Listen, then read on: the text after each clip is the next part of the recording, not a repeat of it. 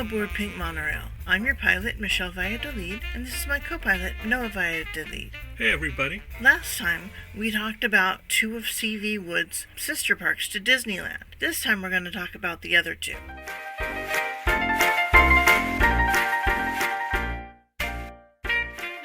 Pleasure Island was a theme park in Wakefield, Massachusetts. Called the Disneyland of the Northeast, it was open from 1959 to 1969, so I was alive when it was operating. It closed down when I was 2, so I never saw it. But when Jim Hill and I were dating, he took me to the office park where it stood and showed me the lake where Moby Dick the whale would pop up and menace parkgoers. There was just a stick showing, so we thought that was all there was. More on that later in this episode. It went through several owners, but was founded by William Hawks, publisher of Child Life magazine, and was designed by one Cornelius Vanderbilt Wood, who helped design Disneyland and Lake Havasu City in Arizona. The park was 80 acres and featured many attractions and even miniature golf from 67 to 69. The Old Smoky Railroad line was a 2-foot gauge railroad using equipment leased like at Freedomland from the Edaville Railroad. The park's show bowl featured performers such as Rick Nelson, Michael Landon, the Three Stooges, and Cesar Romero. Ahead of its time, the park featured product placement in its rides, like Pepperidge Farm in the Gristmill and Pepsi in the Diamond Lil Theater. Its mascot for a few years was Popeye the Sailor Man. Oh, that's cool. Now,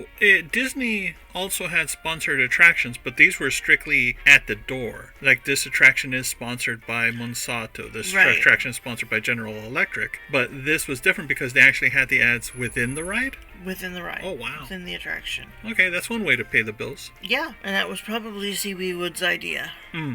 I wouldn't put it past him. Today, the land is part of the Edgewater Office Park. The train is still running at the Wiscasset, Waterville, and Farmington Railway Museum in Alma, Maine. It's the number 10 there. It was the number 5 at Pleasure Island. friendsofpleasureisland.org has a wonderful website with all the attractions and history and memories from people who worked there. I'm going to talk to you about some of the attractions that were there. Animal Land, a petting zoo featuring a big red barn and sheep, goats, llamas, fawns, tortoises, and more. It also featured Bozo the Clown's skyscraper slide. You came out of the barn. Oh, how cool. One of those giant slides. Burro Trail featured burro rides in Western City, donkeys. Mm-hmm. It was a train of burros, or donkeys, that was led by an operator around a small circle. Okay. At the camera shop, you could pose behind nautical scenes with the faces cut out, like the ones at P.C. Anderson's. Oh, yeah. Where it has the classic roadside attraction signs. Mm-hmm. The carousel was originally at Lake Nipmuc Park in Mendon, Massachusetts. At Lake Nipmuc, it was called the Continental Carousel, with horses for 100 adults on the outside and 75 for children on the inside. They're all hand-painted horses. The horses were carved by master carver Daniel Muller in 1910. The Wurlitzer from Nipmuc Park and Pleasure Island is now at Clark's Trading Post in Lincoln, New Hampshire. The horses were auctioned off when the park closed and are now with private collectors. They have a picture taken from auction day with one of the horses strapped to the back of a VW Bug. Somebody had wonderful memories. Well, I'm glad they found a good home. Ride the Old Chisholm Trail, a Mr. Toad-style dark ride. You're in a horseless carriage and drive through cattle, jail with a hanging prisoner that jerks at you, a bar room where you get shot at and barely escape with your life. That's a very dangerous trail. That's their Mr. Toad. Do you remember how good Snow's clam chowder used to be before Campbell's bought it? No, I don't. It was really good. They had Snow's Chowder House at Pleasure Island, described as the most authentic chowder house in New England. Some guests got a recipe for Pleasure Island seafood chowder. For the thickener, you use 1 pound arrowroot, 3 pounds wheat flour, and 6 pounds shortening, or oil. Use 1 tablespoon of that roux for the chowder recipe. And it's to make chowder for about 30 people. Oh boy, yeah, you're going to have to cut down those proportions. Yeah, definitely. At Christmas, the park would be open at night, and anybody who bought a toy for Toys for Tots would get in free. And do you know who started Toys for Tots? Was that a Walt Disney thing? Or that was Walt Disney. Him and like the Marines, right? That's right. Oh, very good. Breck's Country Store was as close as they got to an emporium. All I could find about the covered wagon was a picture, so I don't know if the covered wagon actually went anywhere or if it was just a photo op. If anyone knows, please let me know. Actually, this question is answered later in this episode. Okay. Ye Old Homespun Candy Shop. The Daggett Chocolate Company's hand-spun shop. Located in Clipper Cove. Hand-dipped chocolate. They made taffy and hard candies and had a special children's corner. The Daggett Chocolate Company of Cambridge, Massachusetts went out of business in the 60s. Engine City was a place after my own heart. They had a B&M 3814 engine, which had hauled express trains through Wakefield for 20 years, a steam tractor, a steam roller, the Railway Valley No. 15 4-50, Canadian National No. 7, and more. The display ran for 3 seasons before the trains went to Steamtown, USA, in Bells Falls, Vermont, and later Scranton, Pennsylvania. Friends Baked Beanery. I learned to make baked beans in Maynard, Massachusetts, a suburb of Boston. There's a special bean pot you could use and canned beans to go with it. Genki, Jim Hill's dad, would improve upon the finished baked beans by finely chopping a green apple and putting a little mustard and some black pepper in the beans. Oh, that would change it completely. Oh man, it was so good. So I do that too. When I make baked beans. I should make baked beans when it gets cooler. Souvenir package gave you a can of beans and 2 bean pots for 75 cents. Amazon has bean pots for $39 each right now. Oh, wow. Talk about inflation. Yeah. The front gate was pretty much like any amusement park, which surprises me. There was no sense of arrival, just a big sign and turnstiles. No bridge, no flower garden, no railroad, trestle, no berm. Nope. C.V. Woods sure cutting corners. Yeah, they kind of had to. Gold Pan Gulch was their frontierland, the western expansion of early New Englanders, they explained. They had gunfights, the Chisholm Trail dark ride, stagecoaches, covered wagons, yes, they moved, buckboards and surreys, as well as a narrow-gauge railroad carried people around. Diamond Lil Saloon, soft drinks only. It was a dry park. They had gold mining, pan for gold, and a newspaper office, the Golden Gulch Gazette. In 1967, mini golf was added, an 18-hole course just inside the main gate, and it operated at night also, so you could do the park during the day and then do the mini golf at night. Perfect for dating. Yeah, it was all lit up, and the park wasn't very lit up after dark, except at Christmas. A helicopter gave rides just off property for an expensive $5 for a 5-minute ride. It lasted less than a season, but it was a real helicopter. The copter company kept 75% of the money, and Pleasure Island got 25%. I would love to take a helicopter over, like Epcot. Do they even do that? I don't think so. You got to work for Disney to get that type of privilege. That and their airspace is restricted. That's right. The Heritage Museum, according to the park, thrilling recreation of America's historic battle for liberty and freedom. Also had Hood's Gay 90s Ice Cream Parlor, an old-fashioned ice cream parlor with soda jerks. Hood still sells ice cream today in the Northeast. They own Blue Bunny and Good Humor. They had the Horseless Carriage, which was 1911 Cadillacs. Reproductions, of course, not the real thing. Right. They traveled around on a road and had a guardrail, like the Autopia. That was their Autopia. The entrance to the ride is through a replica of the first Jenny gasoline station ever built. Hey kids, here's another Indian village. Totem poles. It was active from 1961 to 65. It had teepees for the kiddies, employee playing an Indian princess, etc. A bunch of actors, huh? Yeah. This was a human zoo. Yikes. In the 60s? Yeah. Oh man. It was also a stop on the pirate boat ride. When you got in the pirate boat ride, it would stop at the Indian village for some reason. So, C.V. Wood built 2 pirate attractions before Disneyland got their Pirates of the Caribbean finished. 3? In 1967, Cartland opened with a go-kart track. It was independently owned, so you had to pay for it. Oh, Cartland, not Car Land. Cartland. Cartland, okay. The castle of Pleasure Island was the lighthouse. Okay. The light is now atop a private garage in Wakefield, the city where it's located. Magic Land, home of the Crooked House, aka Slanted Shanty, aka Magic House, aka Captain's House, was like the haunted shack. So it was like the haunted shack at Knott's. Exactly. So they probably just changed the name every season? They did. And water running up a hill in Magic Land. Mm-hmm. Where gravity goes out the window was their slogan in the western section. Now, the Moby Dick ride. All right, the infamous Moby Dick ride. This is the ride that everyone who has ever been to Pleasure Island remembers the most. You go out on a boat, past cannibal shacks for some reason, and Moby Dick lunges out of the water as you speed away. So everybody's on a boat, a big harpoon boat like you see in the movies, and there's an actual pilot that's controlling the speed of the boat, similar to the Jungle Cruise. Yeah. And you're going around the lake hunting the white whale. And then when you see it, you don't harpoon it, you run away. You run away. Yeah, good idea. Yes, absolutely. They also had Merchants National Bank, which is, it sold shares to a whaling ship called the Taro, and it was a real bank. Oh, wow. At Monkey Island, which was an island full of monkeys. Mm-hmm. Like you see it at the San Diego Zoo, they have that with the structure and the monkeys howling and all that, and swinging around. They have that. Pepperidge Farm's Bake Shop. They would mix the dough by hand and bake it in an old cast iron oven. It was located inside a grist mill and had a water wheel. Pepperidge Farm's goods were sold inside. Product placement. They had a picnic area with no alcohol sold there. Right. They had Clipper Cove and Captain Kidd's Pirate Cove. Ride a schooner to a pirate's lair and inspect their tree house. You would also stop at an Indian village. Then they had a pirate ride, a separate pirate ride, which was a jungle cruise type with skipper making jokes. Okay. Quannapowitt Publishers, the Chipper One Chronicles, and the Clipper Cove Chronicles, and Goldpan Gulch Gazette. So they had four papers at this part. Two papers at this part.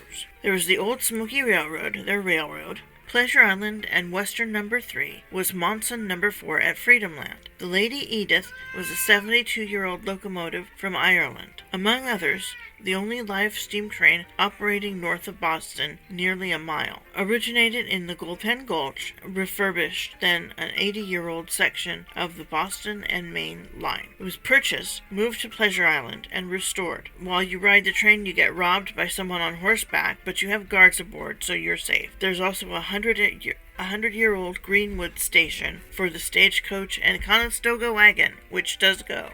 The WWF locomotive No. 10 is now in Adaville. It was regauged to 24 inches, got a new boiler, and is now called the No. 5. I could do a whole episode on these trains and all the places they came from and went to. Greenwood Depot was replicated at the Railroad Museum in Lomita, California. Unfortunately, the original burned down in a fire at Pleasure Island. Oh, no. That happened to quite a lot of buildings at Pleasure Island after it closed. The roundabout was a primitive merry-go-round with benches behind the depot. They have them at, like, Ren fairs, where you sit on it and someone pulls the rope. Right. They had the Pepsi Cola Saloon and the Nugget Theater, the bar from the prizefighter Jack Smokey's Bar in Boston. Part of it survived the fire that burned down the saloon, now in a peppermint saloon at Clark's Trading Post in Lincoln, New Hampshire. Pepsi Cola's Diamond Lil Show featured Champ Butler, a ragtime cowboy Joe, as the song went, Charmaine Harma as Diamond Lil, Buddy Farnan as Sourdough McPherson, and featuring the disgruntled threesome and two bilbous bartenders. Champ Butler and the Modernaires sang Ragtime Cowboy Joe, and it was a minor hit. Ragtime Cowboy Joe. Boys, give us a lowdown. Out in Arizona where the bad men are, the only thing to guide you is an evening star. The roughest, toughest man by far is Ragtime Cowboy Joe. Got his name from singing to the cows and sheep. They had a shooting gallery, which was strangely unthemed. It was just blank walls and targets that you shot at. Not cowboy, not roaring 20s, gangster, Chicago. Nothing. It was just a wall to shoot at. Just a wall to shoot at. Okay. Well, this is America, after all. Now, they had a land that was after my heart. Shopping Land, or Shopping Lane. And they had the Boudon Camera Shop, Candria Glass and China Shop, Page and Shaw's Candy Store, Charter House Motel, which had a model room, that you could look at from the olden days and from the new days that the Charterhouse Company, which was a motel chain, had. So you could see how modern and nice their rooms were. Friends Beanery, Magic Shop, Merchants National Bank of Boston, Novelty Hat Shop, Pepperidge Farm Exhibit, Swift's Premium Exhibit, we talked about that a few episodes ago, Swift at Disneyland, and Carousel Toy Shop. Also, a glass blower exhibit, an art gallery exhibit, Captain Snow's Chowder House, Gold Pan Gulch Gazette, and Jenny 1911 gas engine Cadillacs were there. Colloquially called Main Street by people who went there. Oh, I went down Main Street, but it was never officially Main Street. Right. It's just what everybody referred to it as. Exactly. They had a show bowl where the Modernaires, Clayton Moore, the original Lone Ranger, Mo, Larry, and Curly Joe Dorita, right, the Three Stooges, Rick Nelson, the Glenn Miller Orchestra, and many others. Oh, Lassie was there. The circus was there. The local motel, which was the only place to stay, hosted these stars. Oh, okay. After Rick Nelson slept there, they cut his bed sheets into 1-inch squares and sold them. Oh, yeah, they probably made a lot of money off that. They did. There was a space rocket that was built but never operated. So they were going to have some sort of a Tomorrowland, but it never happened. Oh. The stagecoach ride. You had Indians. From the look of the photos, albino Indians. Could accommodate 20 people at a time. So it's like riding through an episode of Bonanza. Yeah, so John Wayne. You had the Swift and Company Great Meat Market. Treasure Digging Island was where the treehouse and pirate lair were located. Okay. That's where the boat stopped. Okay. And you could go up in the treehouse and look at the pirate lair. And they had a couple pirates there. Live ones, actors. They had the United Nations Theater, which showed cartoons from Italy, Germany, Japan, and many other places. Now, that's where I would spend my day. Yeah, the first animes in the U.S. had an actual theme park location. They had Water Buffalo Land and Sea Ride, which is like those duck things that you get in. Then you pedal? No, it's like a tank on the bottom. Oh. And then a bunch of people sit on the top, and it glides through the water, and then it rolls up onto the surface. Oh, okay. In Hawaii, they were called ducks. Yeah, I think there are ducks on the East Coast. Duck tours, land and sea. And they had Western City, which was their frontier land. The Wreck of the Hesperus, the Unhappy Peter Pan ride. The Unhappy Peter Pan ride? They had flying boats that went through all sorts of disasters. Have you ever read the poem The Wreck of the Hesperus? No. Well, it's about this captain who takes his beautiful daughter onto his ship. Oh, even though it's a curse to have women on ships. Or bad luck. And a storm is coming. So he's warned a storm is coming. He's like, oh, it'll be fine. But he ends up tying her to the mast and tying himself to the wheel. And he freezes to death. And she dies in the wreck. Oh, man. What a thing to make an attraction on. Like I said, the Unhappy Peter Pan ride. But flying boats. And at the end, you go through all these disasters. Right. Let's see. In your boat. At the end, King Neptune scolds you at the end for desecrating his kingdom. Wow, that's about as happy as the way Mr. Toad's Wild Ride ends up. Yeah. Oh, man. Now, about that whale. In 2022, Spooky Games at YouTube bought a drone and looked through the lake and found nothing. They went back, bought a $1,500 drone. These are underwater submarine drones. Underwater submarine drones.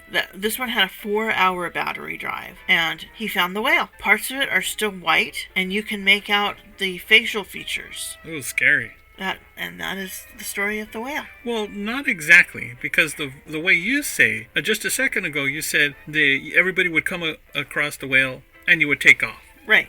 Didn't you throw harpoons at it? I don't remember. I could have sworn the way the story goes is that maybe one of the kids would be selected, be given a harpoon, and when this massive whale would come up out of the lake, they'd say, go throw the harpoon at the whale, and you could see the whale was stuck with hundreds of little harpoons. And I think when Jim got it as a young man, he was sort of freaked out by it and didn't want to throw the harpoon. And the pilot was like, well, that's okay, kid. This is a scary whale. Let's get out of here. And then they took off. That was my understanding, is that it was like a pin cushion. You never told me that story. Really? Really. I'm pretty sure that's the way the story goes. There are holes in it. There are holes drilled in it about an so inch it can wide, submerge, so that it could submerge quickly. right? In the back. Now, unless that's another Moby Dick attraction that I'm thinking of, that's the story. So for a lot of kids that grew up in the Northeast, they have traumatic memories of that massive whale coming up with all the harpoons on it, and then being told, okay, now it's your turn to stab it, this immortal white whale. So that's why, a lot of the kids are like, well, if it's dead and buried, I hope that lake never dries up and I see the skeletal remains of it. Yeah. Because it's still down there. It's still down there. We depend upon our sponsors and Patreon subscribers to support the show. Here's a word from one of our sponsors. And we're back. Growing up, I knew that there was a Six Flags in Texas, but it wasn't until after watching an episode of King of the Hill that I really got interested. Texas oilman and real estate developer Angus G. Wynn Jr. watched with the rest of the country as Disneyland opened and received a spark of inspiration. He opened the park in 1961 in Arlington, Texas. So the original Six Flags location, or we could say the first flag of the location, was in Texas. Right. Why Six Flags? At that point, there had been Six Flags flying over Texas. Mm-hmm. Spain, 1519 to 1865 and 1690 to 1821. France, 1865 to 1690. Mexico, 1821 to 1836. The Republic of Texas, 1836 to 1845. The United States, 1845 to 1861 and 1865 to present. And the Confederate States, 1861 to 1865. And it was the stars and bars, not the white flag that made all the difference for them. Not General Lee's white dish towel. Right. They changed it to 6 American flags. Yeah, good idea. Wynn visited Disneyland and wanted to build something bigger and closer to the people, according to SixFlags.com. He wanted something more affordable. Mr. Wynn also wanted his park to emphasize thrills as well as family fun. You remember that Disneyland opened with no thrill rides. Right, but still, people went. Yeah. It's a magical place. That's right. Plans were developed in 1959, says Guide to SFOT.com, by Wynn, the Great Southwest Corporation, and investors from New York. Seaview Wood is not mentioned there. Construction began in August 1960, and the park opened in 1961. Soft opening ran August 1st through 4th, and the grand opening was on August 5th, 1961.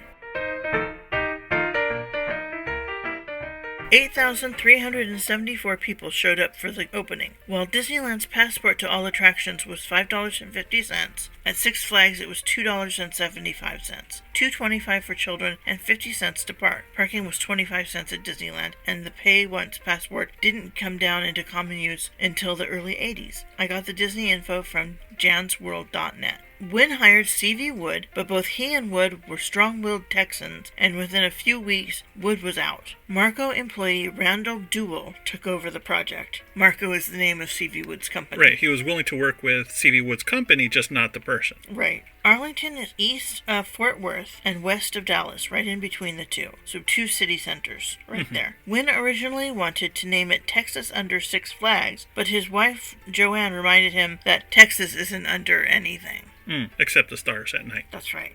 The park was divided into 6 lands. Now there are 9. Mexico, Spain, France, the Confederacy, Texas, and modern USA. Boomtown, including an observation tower, was built in 1969. Six Flags Over Texas showcased many firsts. First Six Flags theme park, first pay-one-price admission, first to feature Broadway-style shows, 1961, first Intamin ride, the Jet Set, first aero development log flume, El Ascendo, Spanish for the sawmill. In 1963, first aero development mine train roller coaster, the Runaway Mine Train, 1966. Big Thunder was not an original idea. They took the existing, rather plain Runaway Mine Train ride and Disneyfied it. First relaunch of the modern-day parachute ride, Texas Shootout, CHUTE, 1976 to 2012. Now, this was before even Knott's parachute ride? Yeah. Wow. By months. Oh, okay. First freefall ride, the Texas Cliffhanger, later renamed G-Force,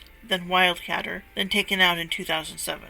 First Premier Rides roller coaster, the Runaway Mountain, which is an indoor roller coaster. 1996. First RMC box hybrid coaster, the New Texas Giant in 2011. And the last operating Intamin Swiss Bob, the Viper, 1986 to 2024. The Viper was a legendary coaster. It now has 9 themed areas. Roller coasters include the Runaway Mine from Arrow, 1966, the Mini Mine Train, also Arrow, 1969, Shockwave, 1978, Schwarzkopf, Judge Roy Scream, I always loved the name of that coaster, 1980, William Cobb and Associates, whom I've never heard of making roller coasters, but they made it, and it's a good coaster from what I hear. Runaway Mountain, 1996, Premier Rides, their first enclosed roller coaster. Mr. Freeze, 1998, Premier Rides, Batman The Ride, 1999, Bollinger and Mabillard, my favorite coaster makers. And the Titan, 2001, Giovanola, Wild E. Coyote's Grand Canyon Disaster in 2001, made by Chance Rides. Never heard of them, but at least it is not Acme. Yeah, I would not get on a roller coaster by Acme. I would not. And the Pandemonium from 2008, Gerstlauer, the New Texas Giant, 2011. I don't know anything about the old Texas Giant. That was Rocky Mountain Construction, that one. The Joker, 2017. S&S Sansei Technology, which I believe is a Japanese company. It spins. And the Aquaman coaster, which your mom would love. Power Wave, 2023, from Mack Rides. The entry area is called Star Mall. It was one of the park's original areas and is named for a star-shaped pond in it. The park features William Densel's last carousel. They got it in 1963. It was originally in the Boomtown area, but it was refurbished and moved to its current location in 1988. It was refurbished in 1985 and moved to its current location in 1988. Mexico and Spain is the next land. Their haunted shack is here, and it's called Casa Magnetica. And all these parks had them except for Disneyland. They had a swinging ship ride called the Conquistador, El Aserradero log ride, 1963, and Flume 2 was added in 1968. El Sombrero, a Trabant, where a big wheel spins. Oh, okay. It was diagonal. Yeah. Zamperla, which is a teacups ride from 2006. And the next land is Texas. Okay. The Boot Scooter, which is when everybody gets up and stands in lines and does the line dancing. Yeah. They do the Boot Scooter. But that's an attraction. This is an attraction. It's a jump around ride. So you sit in this boot. This really with little frills and stuff on it. And the boot stomps and goes around in a circle. But you're sitting in a giant boot. You're not wearing boots that make you dance. No, you just sit in a giant cowboy boot. They have a Dino Off-Road Adventure. And at first I thought, oh, Dino. Yeah, from the Flintstones. No, this is a Dino. No, Dino. Okay. 1962. It was originally the Chaparral Antique Cars until 2023. It was reimagined in 2024 with 15 animatronic dinosaurs. And it's not Dino from the Flintstones. It's Dino. Right. Okay. Pirates of Spelunker Cave, 1964 to 1991. It was Yosemite Sam and the Gold River Adventure from 92 to 2018. Then it was damaged by a flood, and it's to be reimagined. Concept art has fish and aliens and special effects. And said it would be done in 2022. Well, I hope whenever it's finished, it's nice. Me too. They had the Sidewinder. They bought the Scrambler from Astroworld. Renamed it the Sidewinder. It's the one that goes around in a circle while going around in a small circle. Now, these are the suspended kind, sort of like the same motions of the teacup, but you're suspended. And you're sitting on long benches with 6 or 7 people. Getting whooped around. Exactly. The Texas Depot was 1961. Six Flags and Texas Railroad. The only 1961 opening day attraction left. Still running. 2 steam locomotives. The Red Train and the Green Train. It runs from Texas to Boomtown, from the Enterprise sugarcane plantation in Louisiana. Now, until I was studying up for this, I had no idea that sugar grew there. I'm from Hawaii, and I thought that was pretty much it for cane sugar. No, sugar cane grows in many places, including Mexico. Oh, cool. I love sugar cane. I know about sugar beets. Right. No, sugar cane. We can go to the Marqueta if you want to get fresh sugar cane and chew on that for a while. Yes. And what's really good is when you get the skewers, the sugar cane, and you break it down into small skewers, and then you put chicken on there. Oh boy, howdy. And then you grill it. Now you're in flavor country.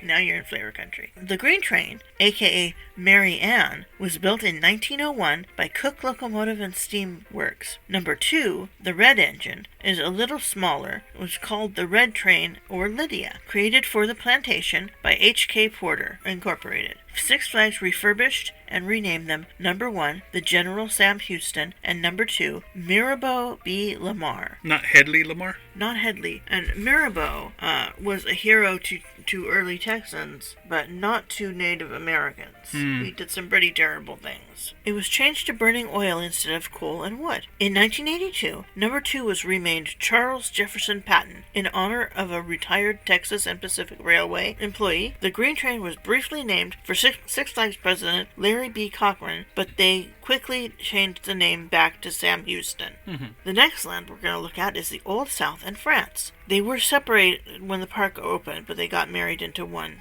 The Old South was originally called the Confederacy, featured Civil War reenactments, including the execution of a Union spy. The next land is the United States, where you have Justice League Battle for Metropolis in 2001, an interactive dark ride like Buzz Lightyear, where you shoot at stuff. I think that's Sally Dark Rides that makes that one. I think so. Bugs Bunny Boomtown, kids area, opened in 1983. In 1985, it was changed to Looney Tunes Land. In 2001, it was expanded to the existing Boomtown, and there it is. Bugs Bunny Cloud Bouncer, like Snoopy's airmail, where you sit on the thing and it goes up and it bounces. Okay, like one of those tower freefall rides, but it's gentle for the kids. Exactly. Okay. Daffy Duck Bucket Blasters. You sit in a big bucket, about 6 or 7 people per bucket, and it spins and turns at the same time around a big barrel, and water shoots out, and you get a little bit wet.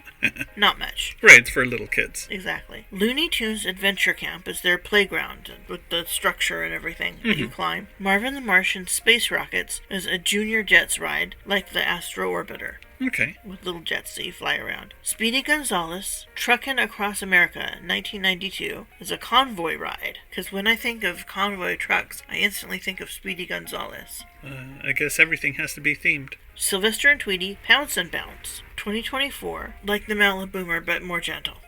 And Taz Tornado Swings, 2014, a swing ride where it goes around in a circle. Right. Then they had Good Time Square, opened in 1973 with Mayor H.R. Pufnstuf. Hooray! They had a Cloud Bouncer, 2006, which is a balloon ride where it goes around and it's the balloons. Suspended. Suspended. Texas Sky Screamer in 2018, a swing ride, but it's like the one that got closed at Knott's, where you go way, way up and it's a huge thrill. It's not for little kids at all. Yeah, definitely. Our next land is Gotham City, which we had the Batwing, 2006, and that's like Dumbo. Oh, cool. Not like the Bat. They have a Batwing coaster that's up in Great America, Six Flags. But this is the Batwing, like a Dumbo ride. Everybody gets a little Batwing. Catwoman Whip, 2016. A Zampala Endeavor, and it whips you around. The Riddler's Revenge, 2016, which is spin while you spin. You're a teacup on a coaster. A teacup on a coaster, yeah. Boomtown opened 1963 with the Boomtown Depot for the train, the Gunslinger, which was a swing ride with, it's called a yo-yo, but it's more of a swing ride. It was the Texas Tornado till 2007. Then you have Tower, which is named after the oil derrick that is there in 1969. You have the Superman Tower of Power from 2003, which is another drop tower. Caddo Lake Barge, 2016, a rock and tug ride. Dive Bomber Alley, 1996, a sky coaster, and that's an extra charge. You know, like the one that used to be at Knott's. Right. The oil derrick is an observation tower. Those were very popular at the beginning of the 20th century. Yeah, well, we still have them at, like, Knott's and at SeaWorld. Where's the observation tower at Knott's? Oh, you're talking about the thing that goes up. Right. No, this is when you climb the stairs. Climb the stairs? Yeah. Stairs are for suckers. We also had Roaring Rapids, 1983, River Rapids ride. Six Flags Speedway, which was go-karts, extra charge. Former attractions include a pack mule ride from 1961 to 62, goat-powered ride, 1961 to 63, La Cucaracha, from 61 to 63, which is a wild mouse. The Overland Butterfield Stagecoach. Butterfield is near Temecula, unless there's one in Texas. There's got to be one in Texas that I don't know about. Skyhook, 1963 to 1968, was an observation ride adapted from a cargo crane. That's the one that pulled you up. Oh, wow. You thought Cook Arms were the first, but that was first. That was the first construction arm used on a theme park ride. They had the Little Dixie Carousel from 1961 to 74, which was animal-powered, called the Flying Jenny also. They had the Tower Slide from 69 to 76, a giant slide. Pharaoh Carol Fiesta Train, 61 to 78. The Big Bend from 71 to 79. A clone exists at Great America in New Jersey. The first Schwarzkopf coaster. There was Humble Happy Motoring from 61 to 62 and 79 to 86. Tracks 1 and Tracks 2. And it was a car ride. Okay. They had the Astro Lift from 61 to 80, which was a Von Roll Skyway. Very popular. Crazy Legs from 73 to 80. SpongeBob SquarePants, the ride, from 04 to 07. And many, many, many more. Wow. Like 30 more rides that they've gotten rid of. Today, Six Flags owns 27 parks, including my beloved Knott's Berry Farm. This is the only theme park C.V. Wood worked on after Disneyland that proved to be successful, and he barely touched it. So that concludes our story on Disneyland's sister parks. Next time, we're going to learn about Pacific Ocean Park. Oh, very good. All right, we're going to pause for a moment to listen to a word from our sponsors.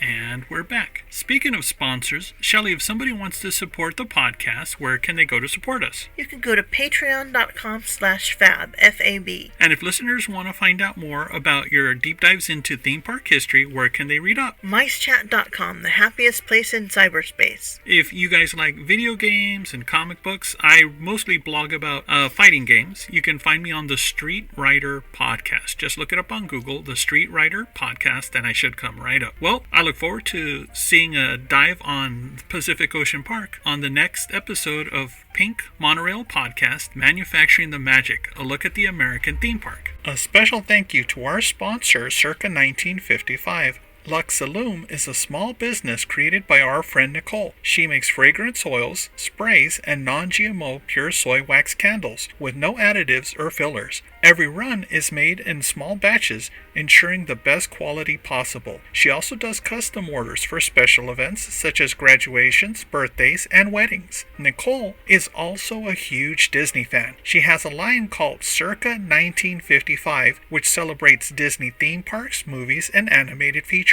If you are looking for the perfect gift to surprise a fellow Disney fan, then be sure to visit luxaloom.com. If you enter the code PINK15 at checkout, that's PINK15, then you'll get 15% off your first order. Be sure to support a small business that also gives back to the community. The Pink Monorail Podcast is part of the Jim Hill Podcast Network.